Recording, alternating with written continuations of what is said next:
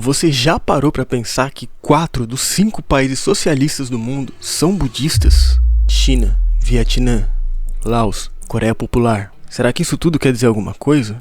Será que existe causalidade? Mas antes de entrar nessa treta, a gente tem que responder a pergunta mais básica. Quem foi Buda de verdade? Essa é a parte 1 da nossa série Budismo Revolucionário. A gente vai partir do contexto histórico real para depois entender como que uma filosofia milenar pode dialogar com luta de classes e justiça social. Esquece a Índia unificada, tá? Lá no século 6 a.C., o que existiam eram reinos e repúblicas oligárquicas disputando o poder. E onde Siddhartha Gautama nasceu, o Buda, ele fazia parte do clã do Sakya. Por isso que é comum você ver ele sendo retratado como Shakyamuni. Ele não era um príncipe de um conto de fadas. Ele era membro de uma aristocracia guerreira. Membro de um clã pequeno, mas rico e influente. Pensa no Naruto.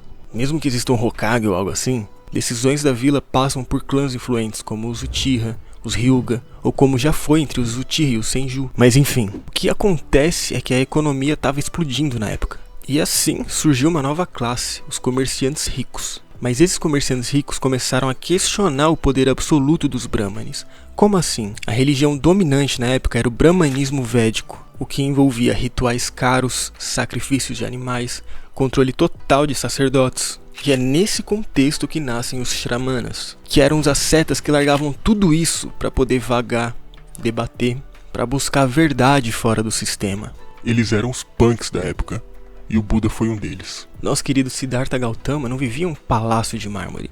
Essa é uma ideia romântica, ocidentalizada e anacrônica. Embora numa perspectiva poética, mitológica, eu acho tudo bem essa representação. Mas como a gente está falando do Buda histórico, tratemos com a devida historicidade então. Ele provavelmente vivia no que era uma casa grande e fortificada. Mesmo que não fosse um palácio, já era melhor que a maior parte da população na época. Entretanto, ele estava vivendo no olho do furacão. Um período de transformação radical da sociedade, de violência entre reinos, de desigualdade social gritante. Então sua famosa renúncia foi uma busca por respostas que o sistema ao seu redor não lhe dava.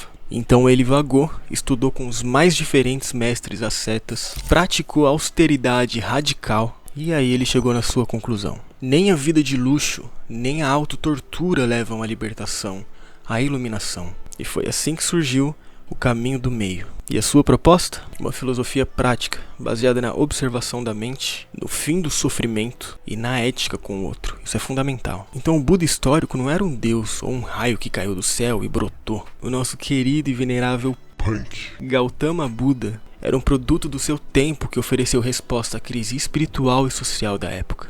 Amanhã, na parte 2, a gente vai discutir o que é ser budista de verdade, até porque tem gente que acha que eu tô inventando o budismo ocidental. Será?